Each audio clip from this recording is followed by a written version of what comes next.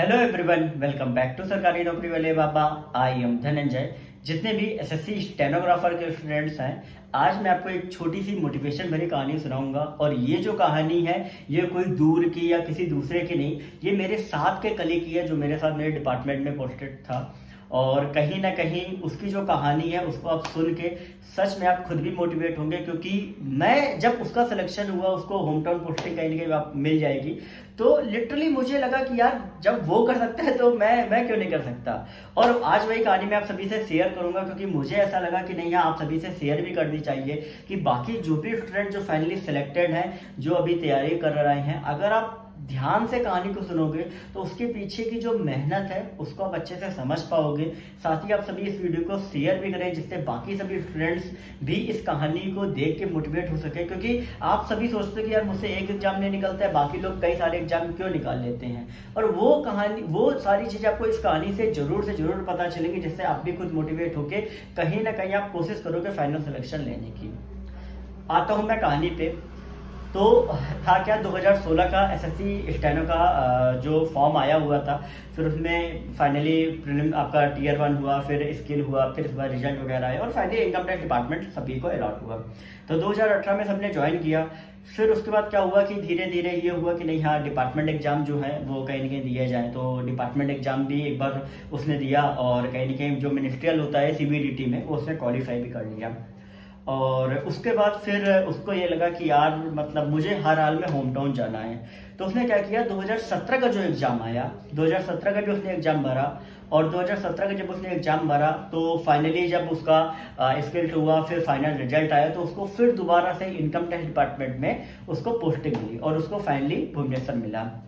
अब उसके बाद हुआ क्या, जब उसको भुवनेश्वर मिला तो उसको ये हुआ कि नहीं, हाँ मुझे क्या है कि उसका वेस्ट बंगाल उसका मेन होम टाउन था, मतलब मेन जो स्टेट था।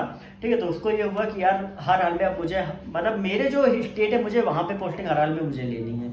तो फिर उसने 2018 का भी एग्जाम दिया, लेकिन 2018 में उसका हो नहीं पाया। तो उसके बाद से उसने क्या किया कि स्टेट में जो एग्जाम्स होते हैं, जो आपके स्टेट पीसीएस होता है, उसको उसने देना स्टार्ट किया।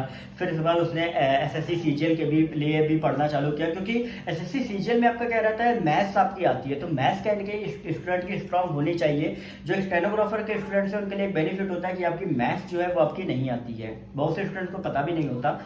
तो फिर उसने एसएससी सीजीएल के लिए भी तैयारी चालू करी। लेकिन 2019 का जब उसने एग्जाम दिया तो उसने कहीं ना कहीं ये कोशिश की थी कि हर हाल में मुझे इस बार इतने मार्क्स लाने हैं कि कुछ भी करके मुझे कुछ ऐसे डिपार्टमेंट्स मिल जाए जहां पर हर हाल में वहां पे वैकेंसी निकलती हो या वहां पे मेरा सिलेक्शन हो जाए।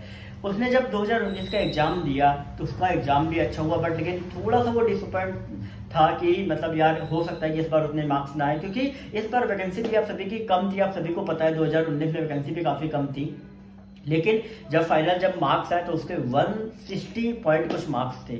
और कहीं ना कहीं उसको बहुत ज़्यादा खुशी भी थी कि हाँ फाइनली मेरा जो कहीं ना कहीं सिलेक्शन जो है वो मुझे मेरा हो जाएगा, और अगर वैकेंसी बढ़ी तो मुझे हर हाल में अपना होम टाउन होम स्टेट मुझे मिल जाएगा। लेकिन धीरे धीरे जैसे ही आप इसका स्किल हुआ, फिर स्किल में उसका नहीं हुआ, दोबारा से जब लिस्ट आई रिवाइज वाली, उसमें उसका स्किल में हो गया। तो वहां से भी कहीं ना कहीं उसकी जो जर्नी थी वो दोबारा से फिर स्टार्ट हो गई, जो आपका पहले स्किल में बंद हो गई थी। और जो फेज आते हैं कि जब एक बार लगता है किसी इंसान को, जैसे कोई भी व्यक्ति है जो ऑलरेडी जॉब कर रहा है, और वो क्या है कि जब रात के 12-1 बज जाते हैं, जब कोई कुछ भी, मैं भी जब होता हूँ, मैं भी जब सोचता हूँ अरे यार आगे क्या होगा, होम टाउन मिलेगा नहीं मिलेगा, क्या होगा, बहुत सी ऐसी चीजें होती है यार। मतलब अगर आप नहीं भी जॉब कर रहे हो तो आपके दिमाग में ज्यादा प्रेशर होता है, ज्यादा चीजें आती है। लेकिन अगर आप जॉब कर भी रहे हो तो ये मत समझो कि नहीं यार सामने वाले में प्रेशर नहीं आता है, आता है प्रेशर, क्योंकि उसको भी लगता है। हाँ उतना नहीं आता क्योंकि आप सभी के पास फाइनेंशियल भी रहता है, तो आप सभी को टाइम भी ज्यादा रहता है। मैं ये नहीं कहूंगा, अगर किसी के पास जॉब है आपके पास नहीं है तो आपको टाइम ज्यादा रहेगा, तो आप ज्यादा पढ़ सकते हो और ज्यादा बेहतर कर सकते हो। ठीक है, तो आप कोशिश करिए बेहतर की। ठीक है, आता हूँ दोबारा इस कहानी पे। तो कई बार उसको ऐसा लगा कि यार नहीं हो पा रहा, छोड़ देता हूँ, नहीं हो पा रहा है, लेकिन फिर भी वो कहीं ना कहीं लगा रहा, स्टेट के लिए भी पढ़ता रहा, सारी चीजें करता रहा। फाइनली कई बार मतलब मुझसे भी बात होती है, वो बताता था यार होगा नहीं होगा, मैं कहता हाँ नहीं हो जाएगा यार, इतना 160 मार्क्स लाए हो क्यों लगा। मैं अभी उसके मार्क्स में मैं बता दे रहा हूँ कि इंग्लिश में उसके 90 के अराउंड थे, और रीजनिंग में मुझे लगता है रीजनिंग में 50 आउट ऑफ 50 होंगे, लेकिन जब उसने बताया 42 रीजनिंग में मार्क्स थे, और जीएस में मेरे हिसाब से ऐसे ही थे 25-23 के अराउंड थे, मुझे एग्जैक्ट मुझे पता नहीं है, लेकिन इसी टाइप में ही थे।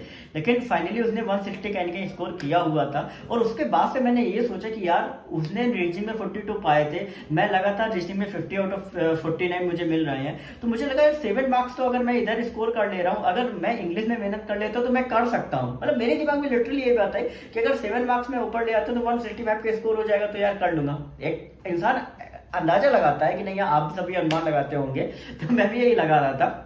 तो लिटरली जब उसका फाइनल सिलेक्शन हुआ, क्योंकि कई बार डिपार्टमेंट में आईटीआई वगैरह डाली, वैकेंसी पता करी, तो फाइनली उसको मिनिस्ट्री मिल गई। अब मिनिस्ट्री में उसको मिनिस्ट्री ऑफ टेक्सटाइल्स उसको मिला था, और मिनिस्ट्री ऑफ टेक्सटाइल्स में वेस्ट बंगाल में उसकी टोटल 2 वैकेंसी थी, ठीक है। तो फाइनली उसकी क्या नाम है, जो वेस्ट बंगाल का जो रैंक था, मतलब उसमें वो मिनिस्ट्री ऑफ टेक्सटाइल्स में उसमें उसका टॉप रैंक था, मतलब उस पर्टिकुलर मिनिस्ट्री में। और जैसे ही मतलब सारी फाइनल जो नॉमिनेशन वगैरह जो होते हैं एसएससी की तरफ से डोजियर्स वगैरह गए, और अभी रिसेंटली उसका ज्वाइनिंग लेटर भी उसका आ गया, और अगस्त में उसकी फाइनली ज्वाइनिंग भी है। तो अभी क्या है कि रेजिग्नेशन वगैरह चल रहा है, और वो लीन बेसिस पे, जैसे कई बार क्या होता है टेक्निकल रिजाइन लेते हैं या लीन बेसिस पे भी लेते हैं, आप सभी ले भी सकते हो, तो उसका भी वे चल रहा है, और फाइनली वो अगस्त में अपने होम स्टेट और होम डिस्ट्रिक्ट में ज्वाइन कर लेगा।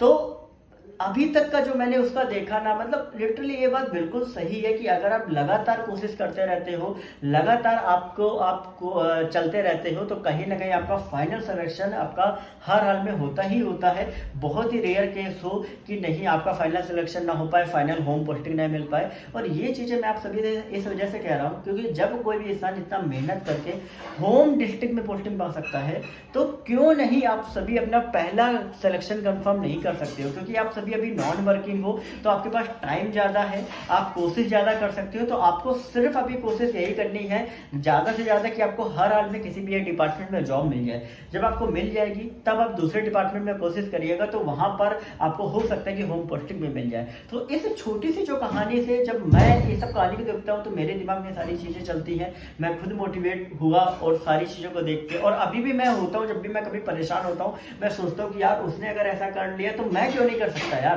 कर सकते हो, ऐसे ही आप सभी भी कर सकते हो।